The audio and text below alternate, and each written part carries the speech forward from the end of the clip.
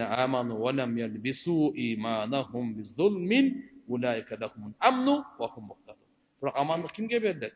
Ким иманында зулумдукту аралаштырбаса. Мындайча айтканда, ширкти кошпосо эле ошолорго амандык жана алар туура жолдо.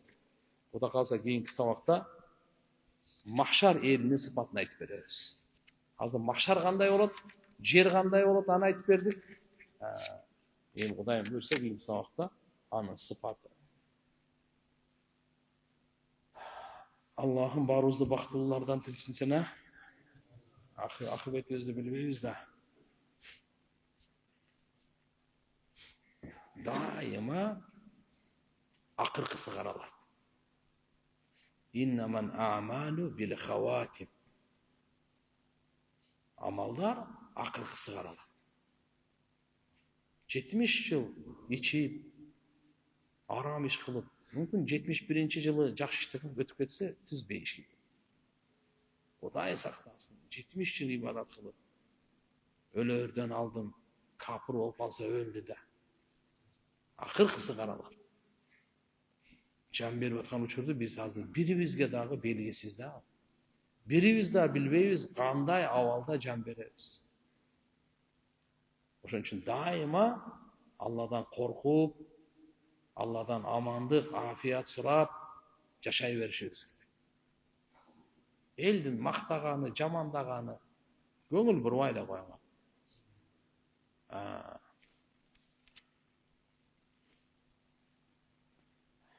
Биз достор арасында жылына ортодон бир келишкен баада акча чогултуп умрага кезек менен 2 кишиден жөнөтөбүз. Кээде чогултканда арабызда кээ бирлердин акча маселеси кыйын болуп жатат. Ошолорду кыйнап чогулткан акча менен барган умра кабыл болобу? Жок. Пайгамбарыбыз айткан: "Ла яхиллу малу имриин муслимин илля битиби нафсин минху." Мусулман адамдын чын жүрөктөн акча бербесе, ал адал болбойт. Адал болбогондон кийин ал каяктан кабыл болсун? Ошон үчүн мунага окшогон нерсенин кереги жок өзү. Биринчи сиз караңыз, сиздин чөнтөгүңүздөн чыгып аткан акча бирөөгө берип атасыз да. Ошо эмне үчүн берип атасыз? Бул жардамбы, карызбы, же пайдасына шериктешпи? Түшүнөсүзбү? Мен мисалы чөнтөгүмөн чыгарып туруп азыр бирөөгө бир нерсе берсем, мен ойлонушум керек. Неге берип атам мен буга? Карызгабы кайтара турган? Же жардамгабы кайтарымсыз? Же соодагабы пайдасына шериктеш? Түшүнөсүзбү? Мен неге берип атам өзү? Белекпи, садакабы, хадиябы, карызбы, тижаратпы? Мен чөнтөгүмөн чыккан акчам эмнеге кетип атат? Эртең кыяматка менен сурайт Алла Таала. Кайдан таптың, кайда сарптадың? Эки суроо бар. Кайдан таптың өзүнчө суроо, кайда сарптадың өзүнчө суроо. Ошон үчүн мына жерде силер топтоп берип атсаңар, проблема жок. Мисалы, баарыңар ат души топтоп туруп умрага барып кел десеңчи, бирок ошону карап турсун. Сен азыр чечип алайык. Ушу бергениң карызбы же жардамбы? Жардам болсо кийин алсаңа жардам беришиңе милдеттүү эмес. Сен адам күтпө. Эми мен сага баягында жардам бербедимби? Давай жардам бер, акың жок. Түшүнөсүзбү? Эгерде карыз берсеңиз, бул карыз болсо, анда айта аласыз. Менин карызымды бер. Мен дагы умрага барып келейин. Чын да? Мына жаштарга чечип алыш керек. Адыма сизде айтып аткандай, бирөө бере албай калды, ошого жетпей калды, аны давай эптеп тап, бирөөздөн карыз алып, адал болбой калат. Кантип бай болуп туруп, байлыкты жүрөккө киргизбегендин айласын айтыңызчы. Субханаллах. Бай болуп жүрөккө байлыкты киргизбей койгонду сахабалар үлгү да булар. Арасында бай бар эле, бирок жүрөгүндө байлык жок эле, бирөөсүндө дагы. Байлыкты алар колдонуп, каражат катары колдонот эле, сыйлык катары, күнөөгө иштетүү катары, кутура турган андайга иштетпейт эле. Биз бүгүн иштетип аткандай. Исрапка жок. Байлары байлығы, барын да сахабалардың байлары толтырады. Ошон үчүн эмне үчүн алардын ишенимдери акчага болгон көз караштары таптакыр бөлөк эле бизге караганда. Пайгамбарыбыз акчага кандай мамиле кылыш керек жолун айткан.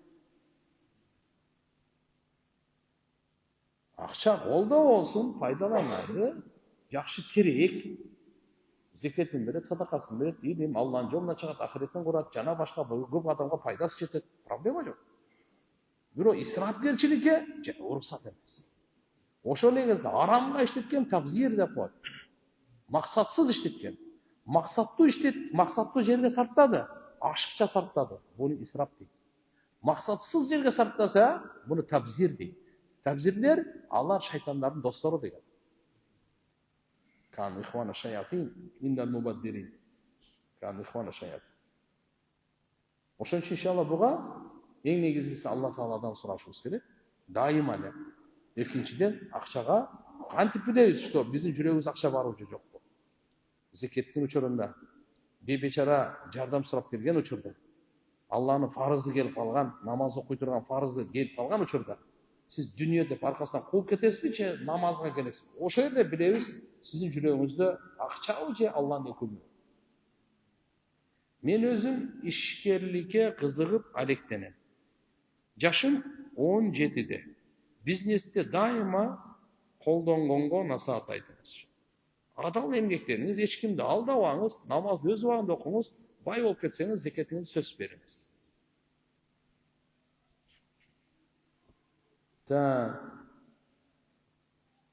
Не дейт? Биздин суроо медицина кызматкерлерине байланыштуу. Бейтойка дейби, эмне дейт? Ушундай барбы? Анализ жазып берсе. Методика?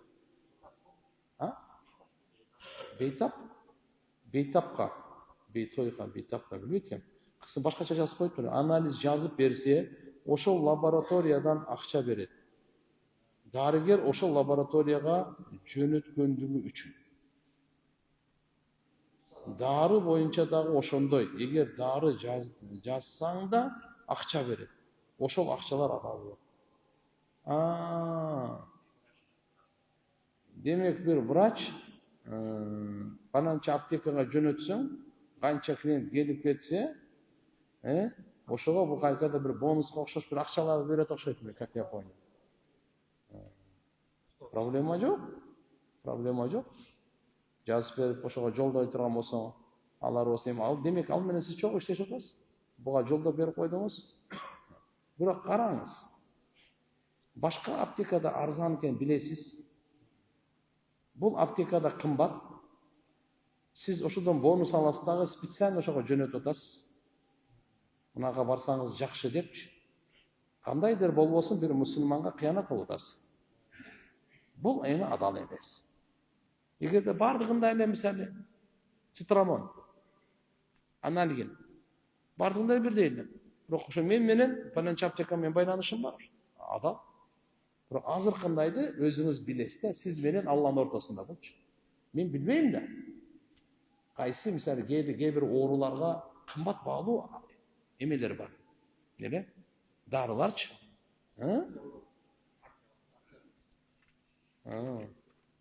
Деги эле медицинадагы арам акчалар же арамга жакын болгон учурлар боюнча айтып бериңизчи. Муну азыр эле айтып бердик.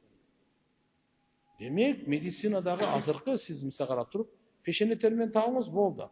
Азыр айлык менен табыңыз болду. Адамдан пациент деп коебуз го, клиент эмес да бул, туурабы?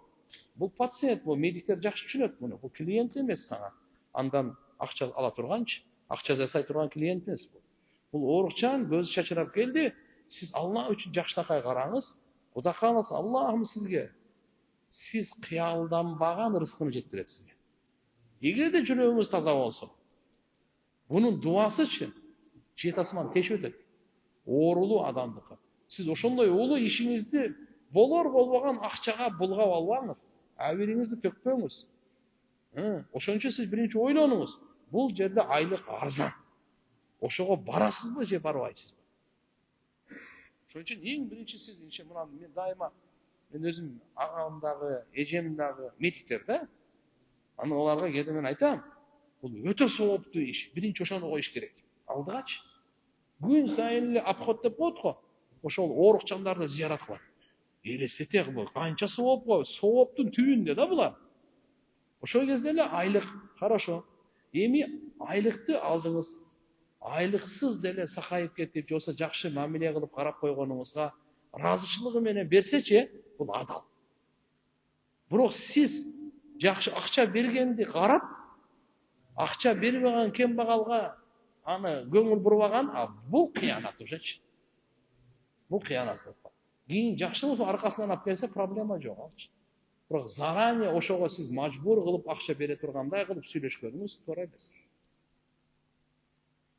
Анан эң негизи ушундай татыктуу таза медиктерди акчасын көбөйтүш керек. Чет мамлекетте медиктер аябай чоң акча алат.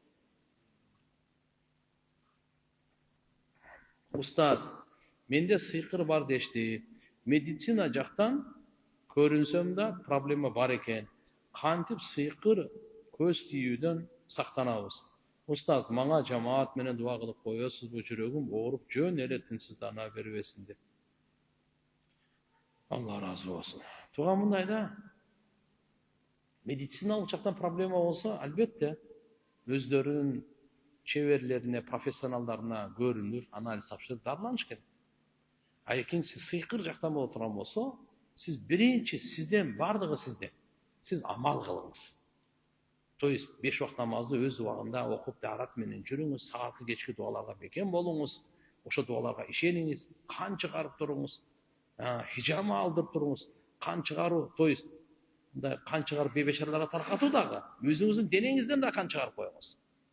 Хижама. Сыйкыр, пайгамбарыбызды сыйкырлаганда хижама кылган. У бергенде хижама кылган. Сыйкырларда мына у бергенде хижама кылган. Ошо сыйкырга ихлас фалахнас дайыма айтып жүрөбүз. Ошого бекем болсоңуз, анан өзүңүз окутуңуз дагы, Кудай кааласа, иншалла жоюлуп кетет. Аллахым сизге шифа берсин. Бизди жакшы көрөт. Сурум төмөндө. Жашым 27-де. Үй бүлө курганыма 2 жылдын жүзү болду. 15 күн мурун келинчегим менен катуу урушуп кеттик. Кайнатам менен кайненем келип, аны алып кетишти. Келинчегим мага мындай шарт койду. Эгер жашайм десең, шаарга чыгып, квартирада өзүнчө жашайбыз. Эгер макул болбосоң, мен бул үйгө кайра келбейм. Ортобузда жаркыраган бир кызыбыз бар. Өзүм намаз окуйм, жакшы болууга ар дайым аракет кылам. Үйдүн эң кичүү баласымын, ата-энем менин колумда. Аялымдын жакшы жактары көп, бирок мүнөзү абдан оор, көп сөгүнөт, шүгүрсүздүк кылып коет көп жерден. Акыркы күндөрү аябай кыйналып кеттим. Ата-энем жөнүндө мага өтө катуу сөздөрдү айта берип, үйгө баргым да келбей калды. Кызым үчүн баары жакшы болот деген үмүт менен Алладан суранып жашаган керек. Азыр эмне кылаарымды билбей турам. Сиздин жакшы акыл насаатыңызды күтөм. Келинчегим менен мындан ары жашап кетүүгө көзүм жетпей жатат. Кандай кылсам болот? Аллаху акбар. Асманда чечилген жерде чечилбейт. Жараткандан сураңыз дагы көп эле кыжалат боло бербейт. Колуңуздан келген аракетти кылың дагы. Ошо сөзгө туруңуз. Шариятта аял бала чаканы кандай багыш керек милдетин. Туура мисал талап кылган, өзүнчө бир бөлмө болсо, өзүнчө бир жашасак десе, акысы бар. Себеп мусулман эркектин мойнунда никекке кабыл алып атканда 3 нерсе бар да. Турак жай, нан нафака тамак ашы, макулбу? Кийим кечеси. Махрды коем берет, калыңын. Мына нерсени эркектин мойнунда. Эми ата-энеси менен жашаган проблема жок. Эми азыр бардыгы эле бай эмес да. Бирок отдельный бир бөлмө болуш керек. В любом случае, бул ошо келин ал жерде эң эркин каалагандай чечинип, кийинип, путу колун жайып, беймарал, свободный болгонго, кайнелери, кайнага, кайнежелери аралашпай турган, даже ал комнатага кайната, кайнелери тияк-бияк кирип неме кылбай турган, өзү каалаган убакта чечинип, каалаган кийип өнө турган, путу колун жайып турган. Бир сөз, бир бөлмө болуш керек. обеспечивать етиши, мына ошону камсыздаш, то есть эркектин мойнунда болот. Анан кийин мына тиги жерге, анан бул жерге, шаарга, анан мына деген шарттар туура эмес. Эгерде эко Муса пайгамбар менен аялы, Аллах пайгамбарыбыз Мухаммад алейхиссалам Hazret Али разияллаху менен Фатима энебизге айткан. Фатима, Али, Муса пайгамбар аялы менен 10 жыл бир кап деп коебуз. Мешок бар го. Ошонун үстүндө жашаган экен. Күндүзү ошого чөптөрдү салып, койлорун алып барып берет экен. Кечкурун төшөбөйт экен. Башка эчтеке жок. Пайгамбарыбыздын үйүндө эмне бар? Эгерде жүрөктөчү чыныгы сүйүү болсо, чыныгы дин менен жашоо болсо, материальный нерселерчи чепуха вообще. Шкаф барбы жокпу? Не пайдасы анда? Болуп калса мен неме кылбайм мындай, жокко чыгарбайм, мен үйүмдө деле бар. Просто айтам да, биз ошого тыгылып калбашыбыз керек да. Ошо жаңжал алып келбеш керек да. Газ болсо жакшы, болбой, очокко бышырып жүрүп өлүп калбайбыз. Суу болсо алхамдулилля жакшы экен. Бирок мына мектептеги баягы эшек менен флягалар артып алып суу жок азыр. Бардык жерде суу чыгып калды го. Мына кичине мен ошо мына Союз мезгилин көргөндөр мени жалганга чыгарбастыр. Ана дарыяга түшүп эле, эшекке жүктөп эле, бакан деген болот, азыр баканды унутуп эле калды ошо. Могу жерде биле сурап көрөйм аздан чамчасынан. Жаштар билбей деле калды ошо. Эки жака чаканы илип коет, мен иле турган, ал магазиндерде сатылбай калды. Ошо менен көтөрүп эле кенчиле го. Демек, туугандар, мейли байлыктычы, чөшөк болсун, кийим кечек болсун, тияк-бияк, бирок агачы бир артыкчылык койбоңуз эч качан. Үй бүлөлөргө айтып атам мен. Анан көрөк алхамдулилля экөөңүздар бири-бириңерди чыныгы жакшы көргөн болсоңор, бири-бирин чыныгы урматтаган болсоңор, проблема жок. Бакытка кауша эле керек. Бири-бирин сыйлаган, бири-бирин чыныгыча сүйгөн, экөөбүз чоң кызмат кылып, бирок мээде ахирет болуш керек да, мээде ахирет болбосо түшүндүрө проблема. Мээде эгерде дүнүйө кирип калса, анда төшөктөрдү жыл сайын жаңылаш керек, моданы кууш керек, кийим, мына жакпайт, муну алып чык, башка, кичине жетпей калса проблема. Ошон үчүн биз өзүбүздүн мээбизге дагы, бала чакага да мээни ахирет салайлы. Эгерде мына проблеманы чечкенди кааласакчы, башынан эле ошончо жаштарыбызга алхамдулилля биз баа кое турган нерсебиз иман, адеп, ахлак болсун. Баа кое турган нерсебиз эч качан дүнүйө болбосун. Конец. Дини даже бул аял менен күйөөнүн ортосунда мамиле эмес. Ортобузда да мамиледи ошондой кылышыбыз керек бизчи. Адам катары, иман катары бири-бирибизди сыйлайлы. Байга башкача мамиле кыла коюп, кембагалдан мынандай болбойт бул.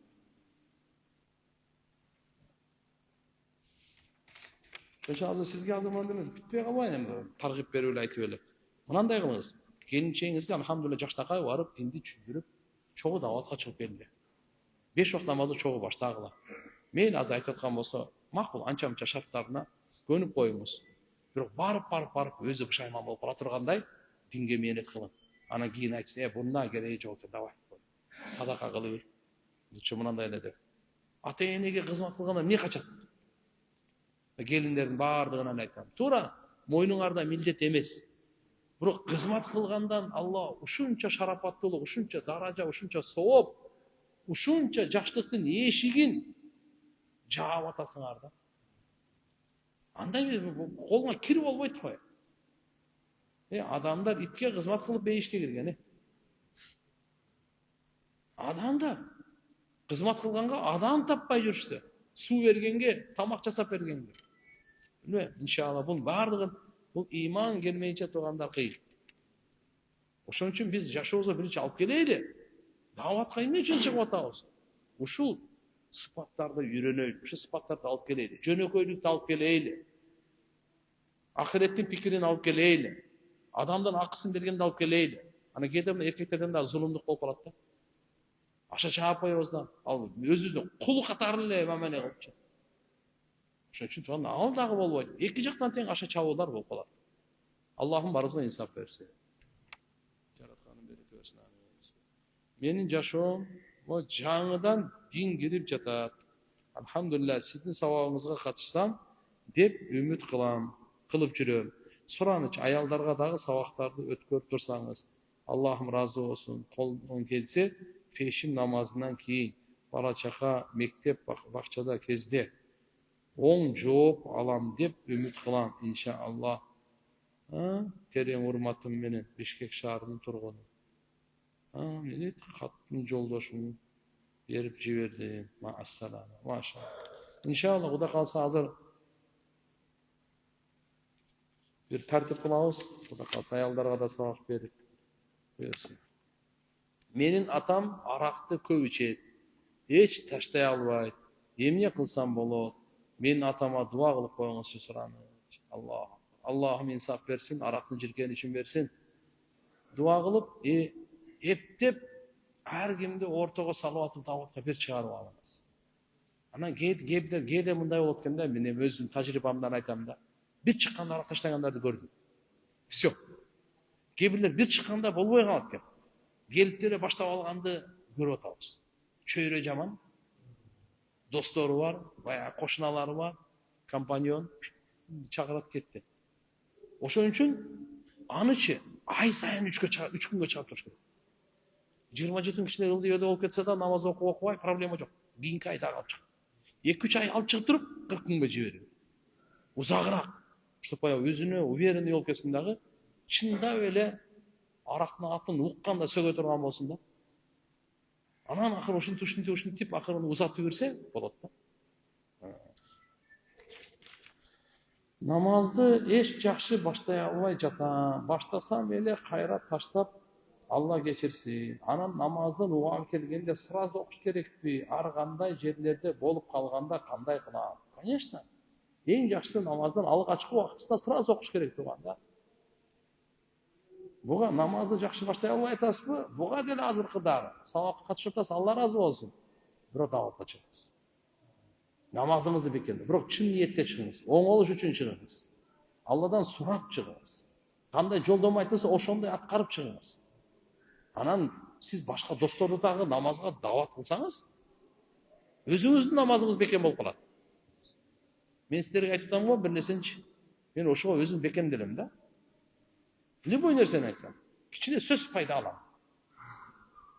Ошон үчүн сиз башка достор дават бере бериңиз. Намаз окубаса деле, өзүңүз жакшы окубасаңыз деле жакшы намазга чакыра бериңиз.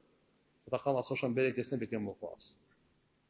Насаат медиадагы убактысы келгенде сразу окуш керекпи? Же 5-10 мүнөт күтө туруш керекпи? Жок, убакыт келгенден кийин окуй бересиз. Албетте биздин мечиттерде мисалы насаат медиа казыр билбейм, пешин намаз канчада саат 1ден тегерегинде болсо керек. Бирок 1:30 деп эми биздеги болуп калганда, сиз башка жака бир шашып аткан болсоңуз, убактысы кирер замат окуп кете бериң. Сапарга, тияк-бияка. Бирок ошо жергиликтүү элде жашап өтө турсаңыз, анда 1:30 чейин күтүп, жамаат менен окуганыңыз жакшы да. Устаз, мен төшөк маселесинен улам касам ичкем. Ортобузда бир аз түшүнбөстүк болуп калды эле. Эгер кайра сен кошулсам, капыр кайтайын деп касам ичкем. Астагфирулла. Талак түшүп калбайбы? Мен эми кошулуп алсам, имандан чыгып кетмеймби? Ачууга алдырып эле айтып алдым. Эми 10 күндөн бери үйгө бара албай жүрөм.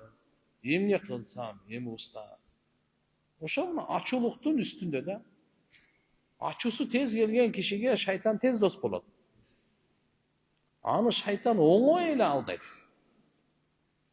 Өзүнүкү кылып коюп, шайтангачы ачуусу келген кишилерди тез колго кирет экен да бул. Кайрымакка тез килет экен да. Ошон үчүн ачуу келгенде паана тилеш керек. Эми болор, сиз айтып алдыңыз эми, хоть канча болсо дагычы. Кайра кайтсам, кайра кошулсам капыр болоюн деп ант ичип жүрсүз. Нормальный акылы бар адам ичпейт да мындай. Тоба истигфар кылыңыз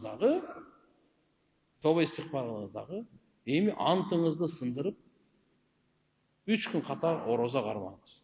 Бирок бүгүн эмес. Бүгүн эртең болбойт. Айт күндү өткөрүп туруп 3 күн подряд орозо кармап антты сындырып. Ақылы истиғфар тауба да қылыңыз, анан кейін бұдан бұл сөзді қайда кейін қайталамаңыз. Айта беріңіз. Жоқ, уақыт осы уақытта ештеңе. Ештеңе емес ал.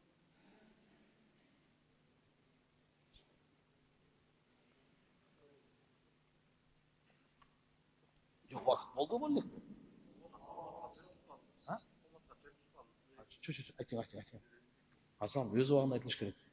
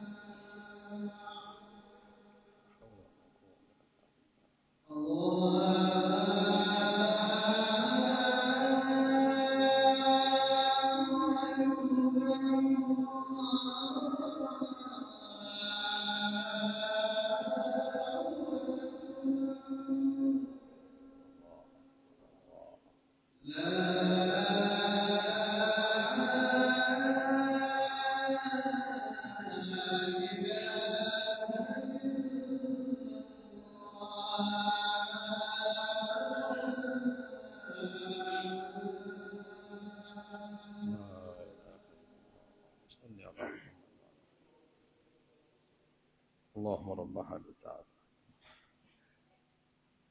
عفو والعافية في الدنيا والآخرة. İsteginde bir mesele, çok az vakit varken takbirat-ı taşrik boyunca bu 23 namazdan keyin her farz namazdan keyin aytamiz. Allahu akbar, Allahu akbar, la ilahe illallah, Allahu akbar, Allahu akbar ve lillahil hamd var. Şu boyunca ahir günleri bir top meseleler qozg'oldi. Jiyintiqtab birimda aytib keteli. Bunu bir jolu aytу vacip. 23 namazdan keyin erten to'liq aytamiz, birsi kuni asrga cheyin. Emi bizde kimge vacip? Musafirlarga, ayallarga dele vacipmi? Же бардыгы да адамдарга? Биздин мазхабта эки сөз тең бар. Абу Ханифа рахматуллахи алейхи айтат, мусафирларга важип эмес, жалгыз окугандарга важип эмес, аялдарга болсо важип эмес депчи.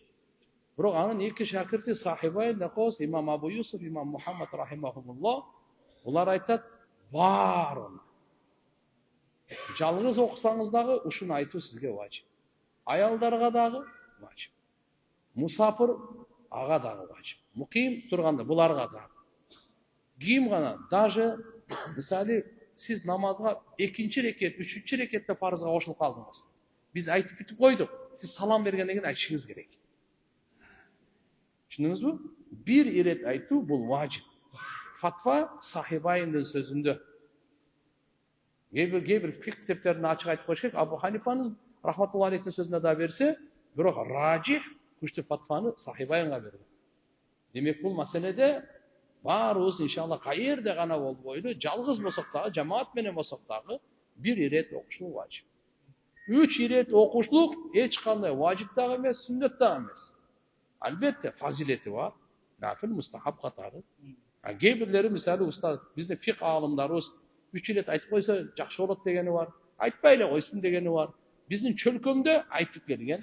Бунун эч кандай зыяны жок. Албетте бирөөнү, үчөөнү бир важип сүннөт деп ишенбейбиз. Бирөөнү важип деп этикат кылабыз. Калган 3 жолу айтып койсо, машалла, соого көп болот деген үмүттөбүз. Түшүнүктүү болдубу туугандар? Анан орточо үн менен, катуу кыйкырбай, орточо үн менен шашылбай такбир айтыш керек. Аллаху акбар, Аллаху акбар.